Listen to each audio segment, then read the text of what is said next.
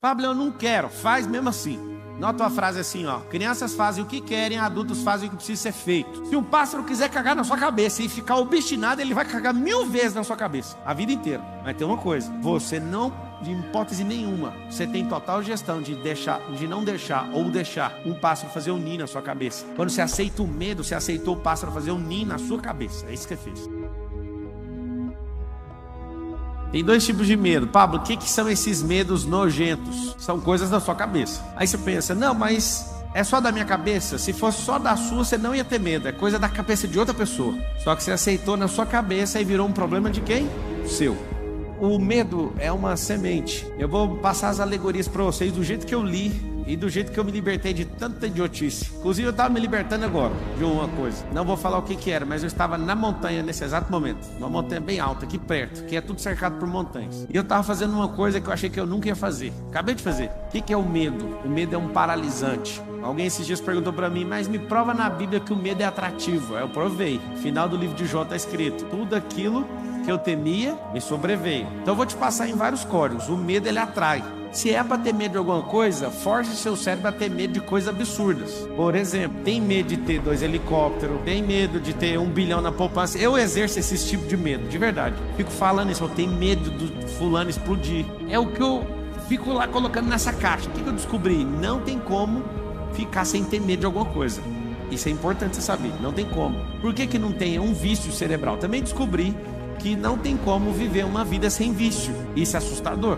Eu levei 34 anos para descobrir isso. Eu sou estudioso do cérebro, eu levo muito a sério isso. Eu estudo o cérebro exatamente desde 2005. E isso me deu vantagem totalmente desproporcional a qualquer outro ser humano que eu conheço. Eu não paro de estudar desde 2005. Só que levou tanto tempo para eu descobrir. Não tem como ter uma vida sem vício. Por que não tem como viver uma vida sem vício? O cérebro precisa de circuito para ele entrar. Então ele ama um circuito chamado medo. É um vício. E aí eu percebi que não tem como viver sem um vício. E se eu estou testando e já comprovei, e já estou testando em novas fases, eu descobri que eu tenho que viver sempre viciado em alguma coisa. E aí o que eu faço? Eu faço uma lista de vícios que eu vou entrar, porque o cérebro, ele tem um problema. Isso é físico. Se alguma coisa está parada, ela tende a continuar que jeito? Parado? Se está em movimento, ela tende a continuar o quê? O medo, ele é paralisante. Então, ele é um vício. É um vício que não deixa você fazer nada. Então você tem que ter um vício. Qual que é meu vício atual? Tem que assumir. É pilotagem. Estou investindo algumas centenas de milhares de reais, comprando carro de corrida, carreta, montando um time de piloto, fazendo doideira. Comprando um simulador daqueles que até treme, faz tudo. Tudo. Investi o ó do Borogodó. Ainda é só o começo. Mas eu entendi uma coisa. Esse vício vai acabar tal data, eu já coloquei data. Por quê? Porque eu quero ir pro próximo vício. O que é um vício? Anota na frente assim, ó. Vício é um circuito. Agora eu tenho uma pena, na verdade eu não tenho pena e nem dó de ninguém, mas é ruim pra você. Você ser viciado em beber bebida alcoólica, por exemplo, não tem dádiva nenhuma nisso. Você ser viciado em fumar, viciado em ver pornografia, o que você ganha com isso? Seja viciado em coisas que você vai ser edificado. Mas uma coisa eu sei, por que uma pessoa às vezes é muito religiosa, ela fica 30 anos num vício religioso? Porque é vício. Você fala qualquer coisa, ela não aceita nada. É um vício que a cabeça dela entrou e não quer sair. Então o que eu percebi? A gente não vive sem vício. Vício é igual a circuito. Você tira o lado pejorativo da palavra e instala uma coisa que é edificante. Você vai sempre escolher uma coisa nova para você colocar no lugar. Então, por que eu coloquei esse nome anti-medo? Eu coloquei esse nome porque se você instalar um antídoto das coisas que você não quer pegar, você instala. Eu estava lendo um livro do Nassim Nicholas Taleb, Antifrágil. E aí nasceu desse livro. Só que eu fiz uma palestra primeiro. Não sabia que isso ia virar um livro, que eu ia ficar falando disso. Eu fiz a palestra, apertei delete e excluí a palestra. Falei, ninguém tem coragem de sair de casa para falar que tem medo. Quem que vai fazer isso? Aí eu excluí, aí eu falei, ainda bem que eu não apertei Shift Delete, apertei só Delete. Shift Delete, se quiser saber do Windows, apaga, né? Eu voltei com aquilo, comecei a revisar, falei, eu vou dar uma palestra. No auditório da plataforma lá de Goiânia, 4 anos atrás, cabia 80 pessoas. Deu 170 pessoas lá. Gente no chão, gente no colo do outro, gente na rua, gente querendo quebrar o portão porque eu pedi pra trancar, porque não dava pra entrar. E o povo, a gente tem medo. Medo de quê? De não entrar nesse cacete. E aí eu assustei. Aí eu fui na Itália dessa palestra, gente entrando pros buracos. Aí a Suíça. Aí todo lugar que eu ia, eu falei, mano, todo mundo no mundo tem medo, deixa eu estudar o medo. Aí comecei a estudar o medo, aí virou o livro. É o livro mais vendido até hoje. Pablo, e aí, o que você descobriu? Tem 2 medos, o emocional e o físico. O físico Não adianta você querer controlar, você nunca vai controlar ele, a não ser que você tenha algum problema hormonal. É uma falta de algum químico que faz você não sentir medo no seu cognitivo, mas na sua alma é um problema seu, é da emoção. Para onde habita a emoção? Na alma, é metafísico. Então se alguém falar para você assim, ó, não compra avião não, porque todo mundo que eu conheço caiu de avião. Aí você pega uma base lógica, quantas pessoas você conhece? Quanto caiu de avião? Quanto sei o quê? Aí você fica aquele medo. É um medo emocional. Então o medo, você vai notar a alegoria, o medo é uma semente. Medo é uma semente. Sementes precisam de terra. O que é terra? A terra é a única coisa na terra, na história da criação, se você joga uma semente, ela produz. Então semente não produz com vento, não produz com fogo, não produz em ouro, produz em terra. Quem que produz todas as coisas? Fala com a boca igual a escolinha, fala assim, terra. Então tá bom, você veio da terra, volta pra terra. Tudo que você planta, a terra devolve. Muitas vezes mais, inclusive. Então quando a pessoa planta uma semente do medo na sua terra, você anota, a terra é o cérebro. Quando a pessoa coloca essa semente no seu cérebro, acontece algo importantíssimo que você tem que saber. Você não vai colher uma semente, você vai colher 1000. Alguém lá da minha família falou pra mim que eu tinha que ser funcionário público. Aí eu falei, peraí, eu nunca peguei numa apostila, nunca escrevi nesses trem e tal. Papo, você é contra nós? Você tem que lembrar que quem é livre não é contra você fazer nada. Esse é um outro sintoma de quem não tem medo. Ele quer a liberdade. A liberdade custa caro. Você tem que entregar os medos, senão você não vai ser livre nunca. E aí o que aconteceu? Eu lembro de ter essa configuração, uma semente plantada e regada por muitos anos. Tem que ter um bom emprego, ganhar 5 mil. O seu ápice de vida ganhar 10 mil. 10 mil não dá para pagar nem a... Falar isso não. 10 mil não paga nem o tanque da lancha para dar uma volta. Não sei se vocês sabem, quando vocês tiverem uns barcos, 10 mil é para encher o tanque para você andar um dia mesmo, bem andado. Aí a pessoa quer viver uma vida para ganhar esse salário. Aí é o que ganha menos. Lembra que alguém que é livre nunca está importando se você ganha muito ou pouco. Isso é problema de quem? Seu. Só que essa semente, por muitos anos, você tem que ser estável, você nunca vai alcançar prosperidade. Por quê? Porque cada vez que alguém planta essa semente, um dia, uma semana, um mês, um ano, você colhe milhares. Aí você vira um grande armazém com bilhões de sementes e fica distribuindo para os outros ainda. Eu vejo gente na internet ensinando finanças. A primeira coisa que a pessoa ensina sobre finanças é reserva de emergência. A primeira coisa que você está ensinando para a pessoa é ser escasso. Eu acho bonito isso. Eu, Pablo Marçal, tem 16 anos que eu nunca pedi dinheiro emprestado para ninguém. Meu dinheiro nunca acabou no final do mês. Nunca. Eu nunca mexi com o negócio de reserva. Meu negócio é pau na máquina. Eu sempre me coloco na pressão para produzir. Eu sempre compro um negócio. Agora não é assim mais, infelizmente. Porque eu gostava de ser desafiado. Eu gostava de falar que ia comprar um negócio que não tinha um dinheiro. Aí eu tinha que me foder para pagar. Eu sempre fui de jeito. Agora acabou, parece a graça. Eu quero comprar um trem, é só apertar um botão. Mas a minha vida inteira, eu ia entrar no meu primeiro loteamento, não tinha um dinheiro. Eu falei, pá, pô, meu nome, a Carol, você tá doido. Eu falei, você já viu dar errado uma vez? Não. Aí eu tava instalando coisa na cabeça dela também. E eu olhava e falava, mas essa pode ser a primeira vez.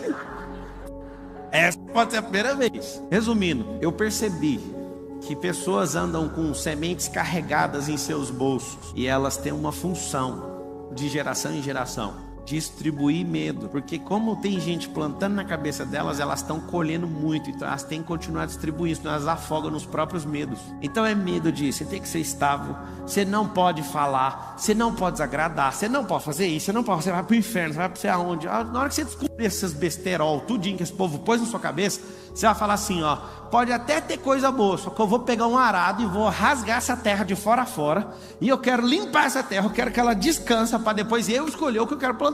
Então o medo é uma semente, o cérebro é a terra. Pablo, o que é o adubo? Adubo é um paralisante, é você andar em ambiente que ninguém faz nada, você vai falar assim, eu vou abrir uma empresa, a pessoa fala assim, você viu, 86% das empresas quebraram nos últimos 3 anos, e por causa da pandemia 600 mil empresas fecharam em 60 dias. Aí você fala, esse aqui é um bem informado. Não, essa pessoa é um adubo para o medo. Então temos sementes disponíveis, as sementes são de graça. Temos mentes disponíveis, porque as pessoas não produzem. Eu tô conversando com as pessoas esses dias, não vou falar quem. Aí a pessoa só fica contando coisa de notícia pra mim, notícia. Aí ela olha pra mim e fala assim, mas você não sabe? Não, eu não vejo notícia desde 2016, eu vou saber por quê.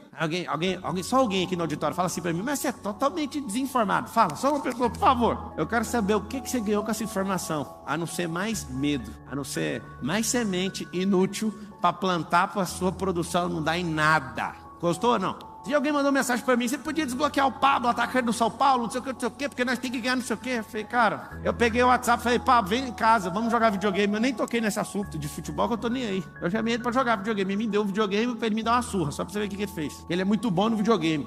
Vocês estão rindo de quê? Ele é muito bom no videogame, o que tem? Vocês são do mal, tá vendo? Vocês ficam ocupados demais com a cabeça de vocês. Ele é bom no videogame, eu só falei isso. Viu, Pablo? Vai chegar esse vídeo nele lá, tenho certeza. Não posso falar mais nada.